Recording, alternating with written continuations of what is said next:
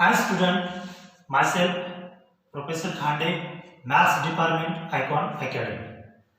In a previous lecture, we learn about the types of shares, what is the meaning of the shares, then the market value of shares, then the face value of shares, and some important concept.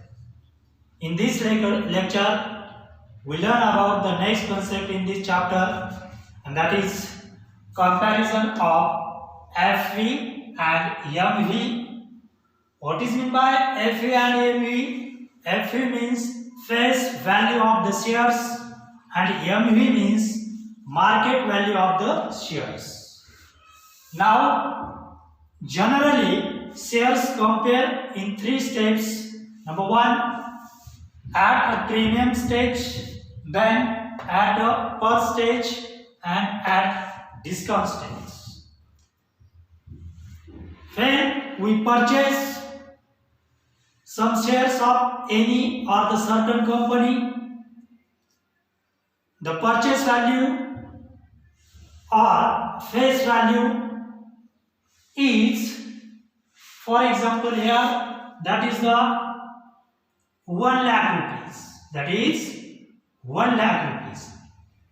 This is the face value or the purchase value of that shares. Some later period we sold that shares for rupees 1,25,000. 1,25,000. Here market value of the MU of that shares is 1,25,000 and the face value of that shares is 1 lakh rupees. In this stage, the given shares is at premium stage, means अधिमूल्य. तर तो shares हा कसा आहे, अधिमूल्यामध्ये. म्हणजे ज्यावेळेस एखाद्या कंपनीचा आपण शेअर्स खरेदी करतो, तो खरेदी केलेला शेअर्स त्याची खरेदी किंमत किंवा त्याला आपण फेस व्हॅल्यू किंवा दर्शनी किंमत असंही म्हणतो, ती असेल 1 लाख रुपये. आणि काही दिवसानंतर आपण तो शेअर्स हा 1,25,000 रुपयांना विक्री केला. And that is the market value. मग यामध्ये here MV is greater than NV is greater than FV. इथे मार्केट व्हॅल्यू त्या शेअरची बाजार भाव हा जास्त आहे, मोठा आहे कुणापेक्षा, face value of that shares, म्हणजे त्या शेअरच्या दर्शनी किमतीपेक्षा. मग अशा वेळेस तो शेअर्स हा काय असेल, than the shares is at the premium stage. तर तो शेअर्स हा कसा आहे, तर अधिमूल्यामध्ये आहे किंवा नफ्यामध्ये आहे असं आपण त्याला म्हणतो. आता दुसरी कंपॅरिझन करत असताना जर समजा तो शेअर्स हा कसा असेल, जर आपण तो 1 लाख रुपयाला खरेदी केलेला शेअर्स म्हणजे त्याची FV असेल 1 लाख आणि तो विक्री कितीला केला, तर तो विक्री केला 1 लाख रुपयाला. कितीला केला, 1 लाख रुपयाला. म्हणजे इथे MU of that shares and the FV of that shares is equal. जेवढ्या रुपयांना तो शेअर्स खरेदी केला आहे तेवढ्याच रुपयांना तो शेअर्स विक्री केला. मग यामध्ये काय, त्यामध्ये इक्वॅलिटी आहे. कुठल्याही प्रकारचा लहान मोठेपणा नाही. ज्या किमतीला खरेदी केला त्याच किमतीला आपण तो विक्री केला. अशा वेळी तो शेअर्स ॲट पर स्टेजला असतो. कसा असतो, ॲट पर, म्हणजे सममूल्य. त्या दोघांमध्ये कुठली कंपॅरिझन असते, सममूल्य. ज्यावेळेस खरेदी किमतीपेक्षा विक्री किंमत जास्त असेल तर अधिमूल्यामध्ये असतो, म्हणजे फायद्यामध्ये असतो. दोन्हीमध्ये कुठलाही फरक नसेल, खरेदी आणि विक्री मूल्य सारखंच असेल त्या शेअरचं, तर अशा वेळेस तो काय असतो, तर सममूल्यामध्ये असतो. आणि तिसरी जी कंपॅरिझन आहे शेअर्स मध्ये ती म्हणजे ॲट डिस्काउंट, म्हणजे अवमूल्य. सपोज द फेस व्हॅल्यू, दर्शनी किंमत 1 लाख रुपीज आहे. किती आहे, 1 lakh rupees. And the market value of that shares is किती असेल? सपोज 80,000. How much? 80,000.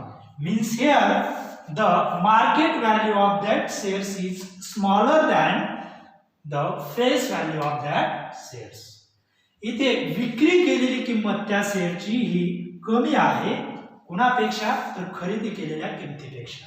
मग अशा वेळी तो शेअर्स किंवा त्यामधली कंपॅरिझन काय असते? At a discount. त्या शेअरचं इथं काय झालेलं आहे? अवमूल्यन झालेलं आहे, जिथे आपल्याला त्या शेअर्सवरती तोटा सहन करावा लागलेला आहे. We suffered a loss on that shares. Understood? Then some invested किंवा some investment एकूण गुंतवणूक. मग ही एकूण गुंतवणूक म्हणजे काय? Total amount required to purchase the shares is sum invested. म्हणजे ज्यावेळेस एखाद्या कंपनीच्या भाग भांडवलातील आपण काही शेअर्स खरेदी करतो, आपण बघितलं मागच्या लेक्चरमध्ये की त्या प्रमाणात आपण त्या कंपनीचे भागधारक असतो किंवा मालक असतो. मग समजा एखाद्या कंपनीचे आपण 100 शेअर्स खरेदी केलेले, ज्याची किंमत आहे 1,000 रुपये पर शेअर्स. म्हणजे एक शेअर्स 1,000 रुपये किमतीचा असेल, असे आपण 100 शेअर्स त्या XYZ कंपनीचे खरेदी केलेले असतील, तर याचा अर्थ आपण त्या कंपनीमध्ये एकूण किती गुंतवणूक केली? तर 100 into 1,000 is equal to 1 lakh rupees. Means the 1 lakh rupees is the sum invested amount किंवा एकूण गुंतवणूक. म्हणून इथे म्हटलेलं आहे टोटल अमाउंट, एकूण किंमत किंवा एकूण रक्कम कशी?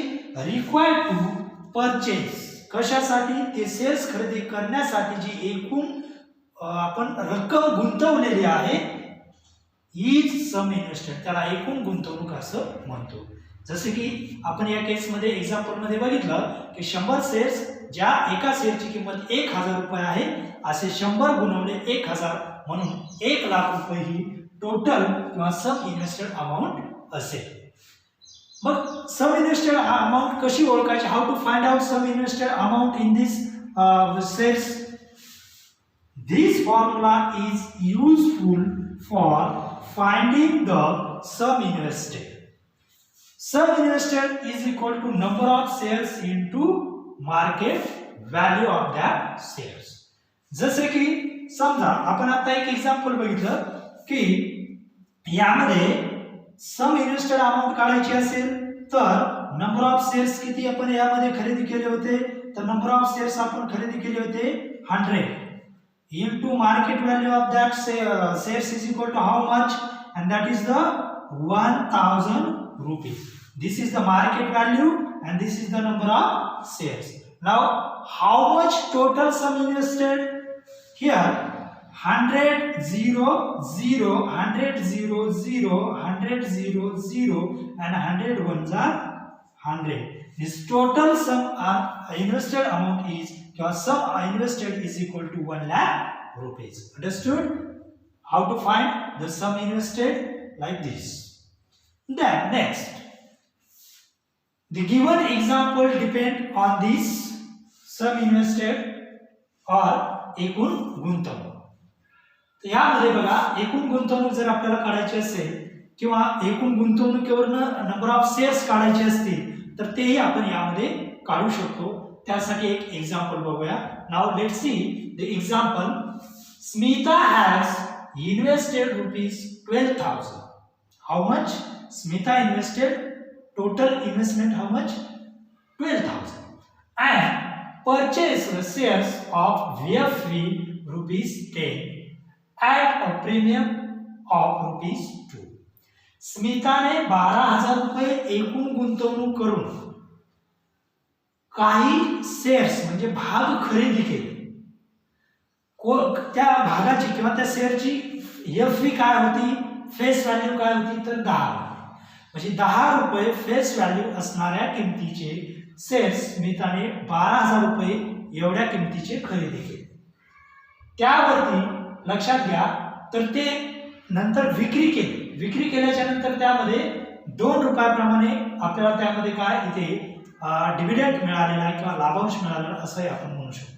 कारण इथे म्हटलं की ते शेअर्स हे प्रीमियम स्टेजला आहेत. कसे आहेत? प्रीमियम. आणि तो प्रीमियम किती आहे? 2 रुपये प्रीमियम प्रमाणे तिला त्यामध्ये डिव्हिडंड मिळालेला आहे. Find the number of shares she purchase. मग अशा वेळेस तिने नेमके शेअर्स किती खरेदी केले असतील? उदाहरण लक्षात आलं का? पहा, स्मिताने 12,000 रुपये गुंतवणूक शेअर्स मध्ये केलेली आहे, पण शेअर्सची जी फेस व्हॅल्यू दर्शक किंमत आहे ती 10 रुपये. 10 रुपये दर्शक किमतीप्रमाणेचे शेअर्स त्यांनी 12,000ची खरेदी केलेली, बरोबर आहे. आणि ते स्टेज कोणत्या स्टेजला आहेत किंवा त्याची जी कंपॅरिझन ती कशी आहे? तर प्रीमियम आहे. म्हणजे प्रत्येक शेअर्स मागे तिला 2 रुपये एवढा लाभांश किंवा डिव्हिडंड मिळालेला. कारण आपण इथे बघतो डिव्हिडंड मिळाला असं आपण केव्हा म्हणू शकतो किंवा प्रॉफिट मिळाला केव्हा? कारण ते प्रीमियम स्टेजला आहे आणि त्याची स्टेज काय? 2 रुपये प्रीमियम प्रमाणे आहे. मग अशा वेळेस त्यांनी एकूण शेअर्स किती खरेदी केले असतील? या एक्झाम्पल मध्ये, या उदाहरणामध्ये आपल्याला काय विचारले लक्षात घ्या. टोटल इन्व्हेस्टमेंट दिलेली ऑलरेडी, त्याचे स्टेजची कंपॅरिझन पण दिली की तो नेमका प्रीमियम मध्ये आहे, ऍट पर आहे किंवा ऍट डिस्काउंट आहे. तर इथे तो ऍट प्रीमियम आहे म्हणजे तो प्रॉफिट मध्ये आहे आणि पर शेअर प्रॉफिट काय दिलेला आहे? ते 2 रुपये. लक्षात आलं? मग एकूण गुंतवणूक 12,000 रुपये आहे. प्रत्येक शेअरची किंमत 10 रुपये आहे, ज्याच्यावरती 2 रुपये लाभांश मिळालेला आहे. मग अशा वेळेस स्मिताने एकूण किती शेअर्स परचेस केले असतील किंवा किती शेअर्स खरेदी केले असतील हे आपल्याला यामध्ये फाइंड आउट करायचे. Let's complete the following activity. Let's see complete the following activity. मग या एक्झाम्पलवर ही ऍक्टिव्हिटी आपल्याला कंप्लीट करायची आहे. आपल्याला माहिती आहे इयत्ता 10वीला एसएससी बोर्डामध्ये काही क्वेश्चन मध्ये ऍक्टिव्हिटी दिलेल्या असतात आणि मग ह्या 3 ऍक्टिव्हिटी दिलेल्या असतात आणि त्या 3 ऍक्टिव्हिटी पैकी 2 ऍक्टिव्हिटी आपल्याला सॉल्व्ह करायच्या असतात. प्रत्येक ऍक्टिव्हिटी 2 मार्क यासाठी दिलेली असते आणि मग त्या दृष्टिकोनातून या चॅप्टर मध्ये सुद्धा ही ऍक्टिव्हिटी दिलेली आहे. आपण परीक्षेच्या दृष्टिकोनातून सुद्धा या ऍक्टिव्हिटीकडे बघू शकतो. जनरली 2 मार्क्ससाठी ही ऍक्टिव्हिटी दिलेली असते. Now how to complete this activity? In this example which is the FV? FV is the 10 rupees. म्हणजे face value of that shares is the 10 rupees. How much? 10 rupees. Then the premium is, you know, premium is 2 rupees. Okay. Then MV is equal to FV plus premium. FV plus premium.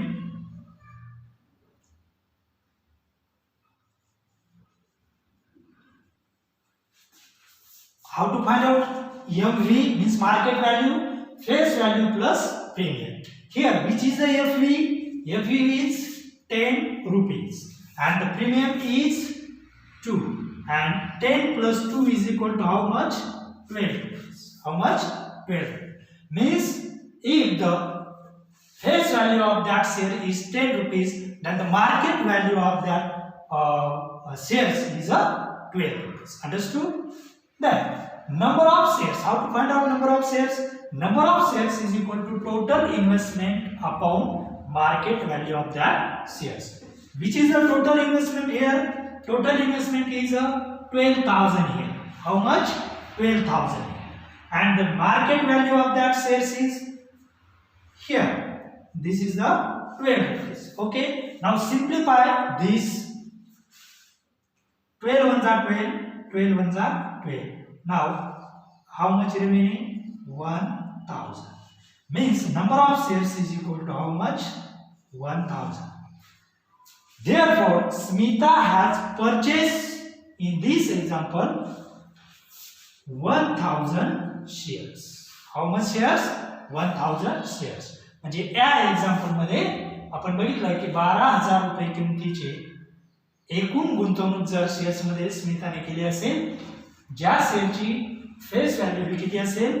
10 रुपयाप्रमाणे आणि त्यावरती premium किती मिळाला असेल? 2 rupees प्रमाणे. तर अशा वेळेस स्मिताने एकूण किती शेअर्स हे खरेदी केले असतील? तर 1,000 शेअर्स स्मिताने यामध्ये खरेदी केलेले आहे. ओके. Next part